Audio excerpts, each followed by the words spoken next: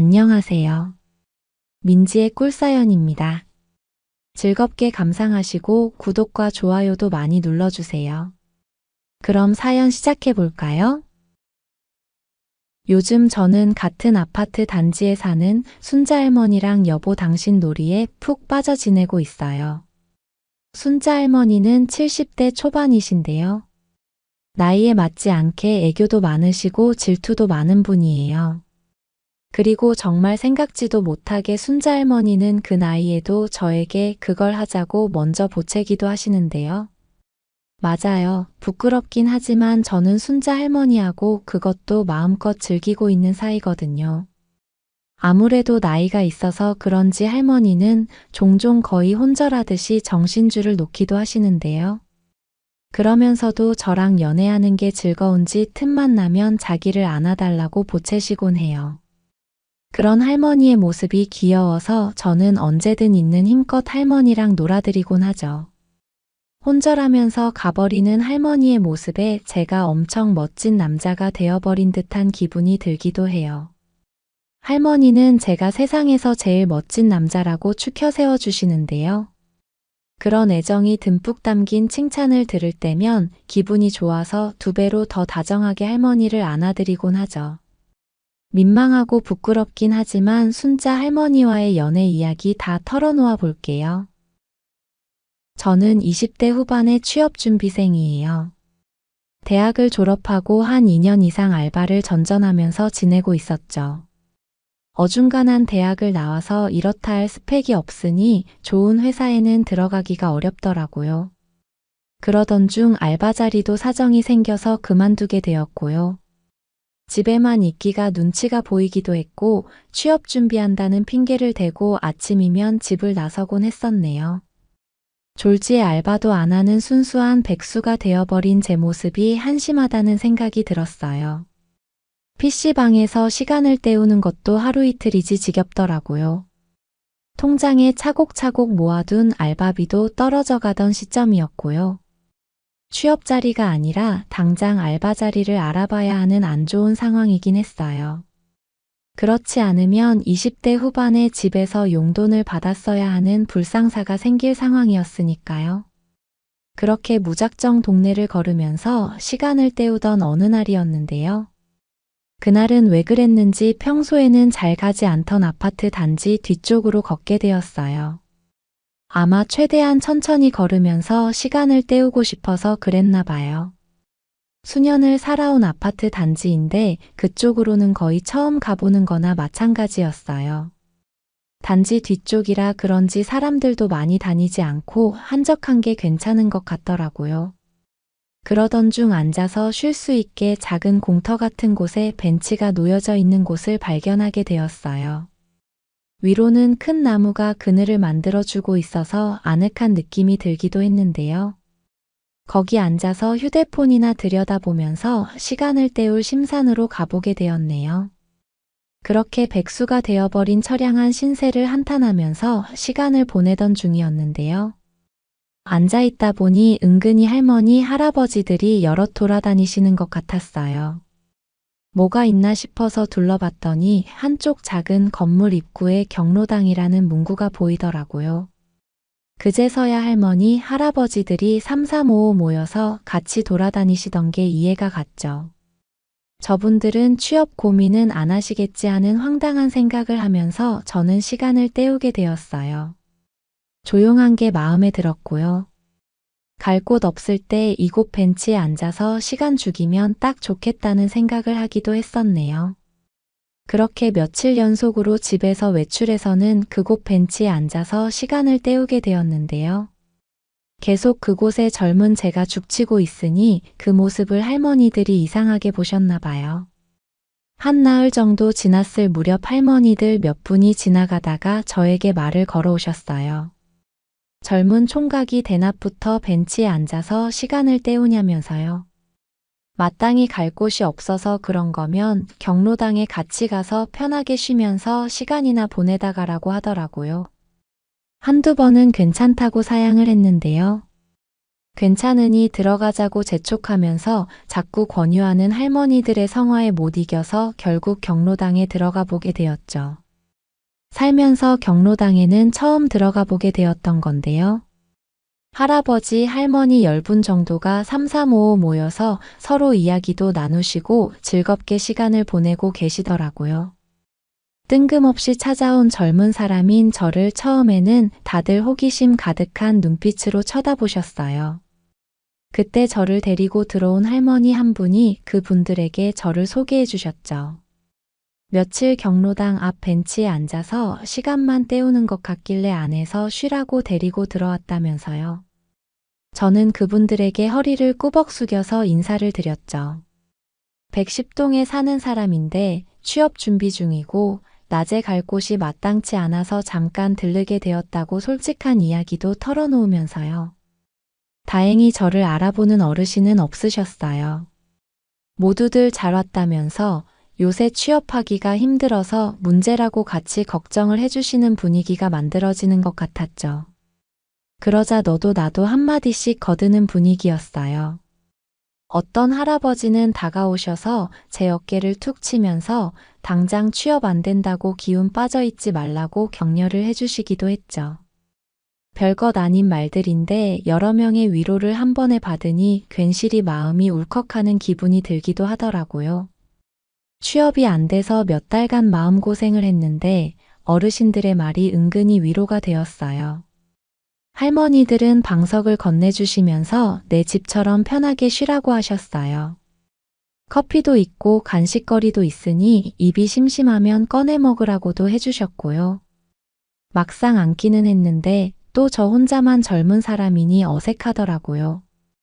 혼자 우두커니 외톨이처럼 있기는 싫어서 처음에는 할아버지들 무리 근처에 가서 자리를 잡아보았어요.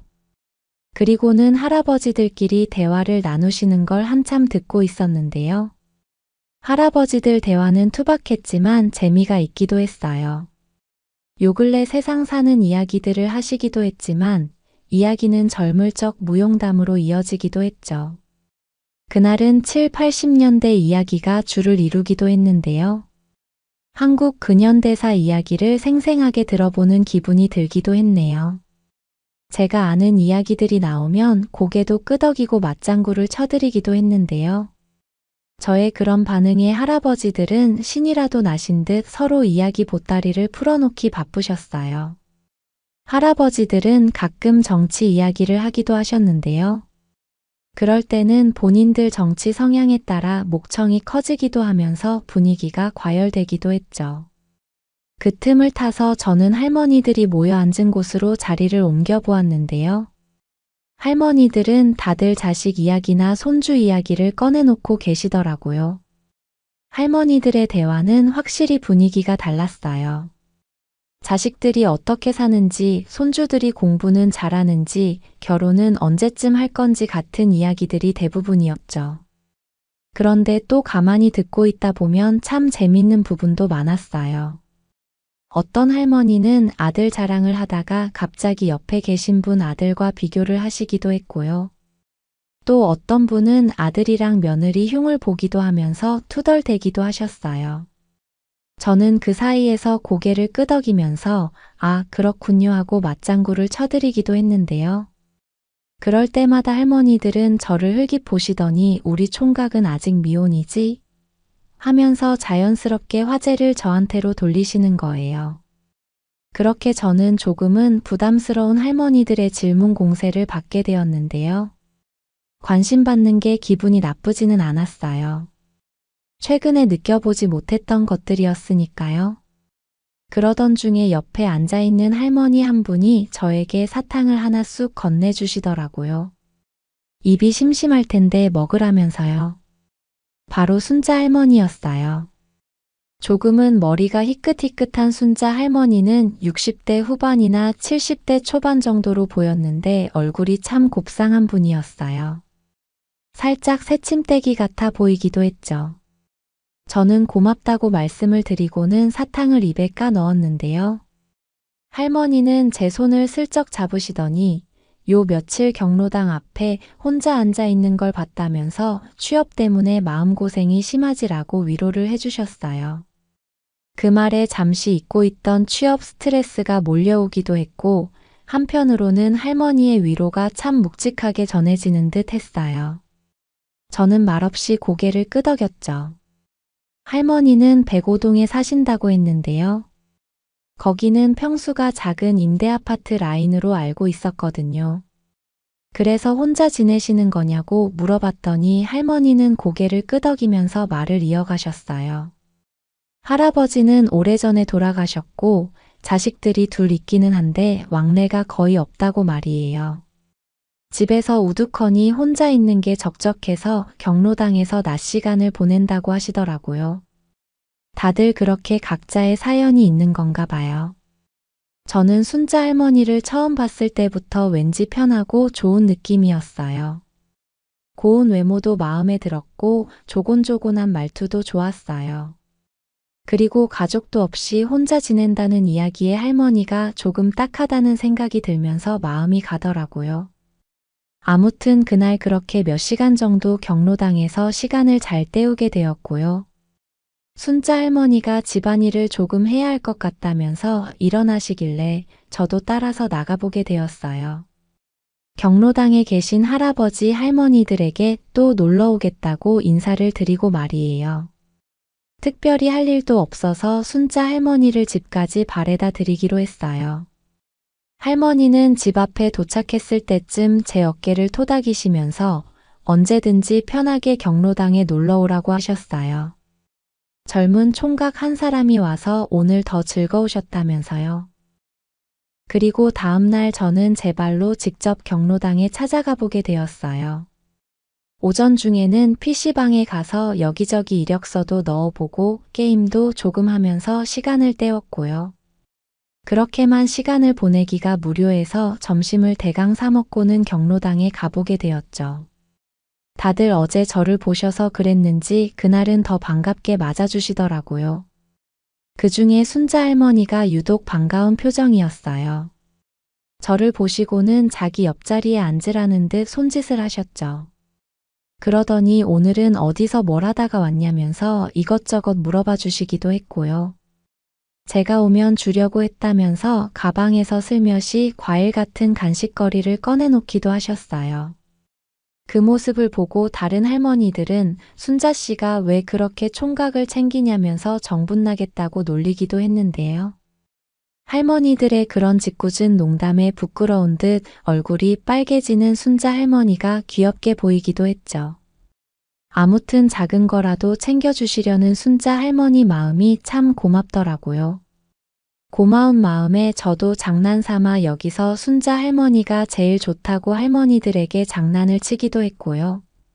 다른 할머니들은 부럽다면서 자기들도 막 가방에서 이것저것 간식거리를 꺼내서 저에게 들이밀기도 하셨어요. 나이를 먹으면 아이가 된다고들 하던데 질투하시는 모습이 우습기도 했네요. 덕분에 그날은 더 화기애애하게 시간을 보내게 되었죠.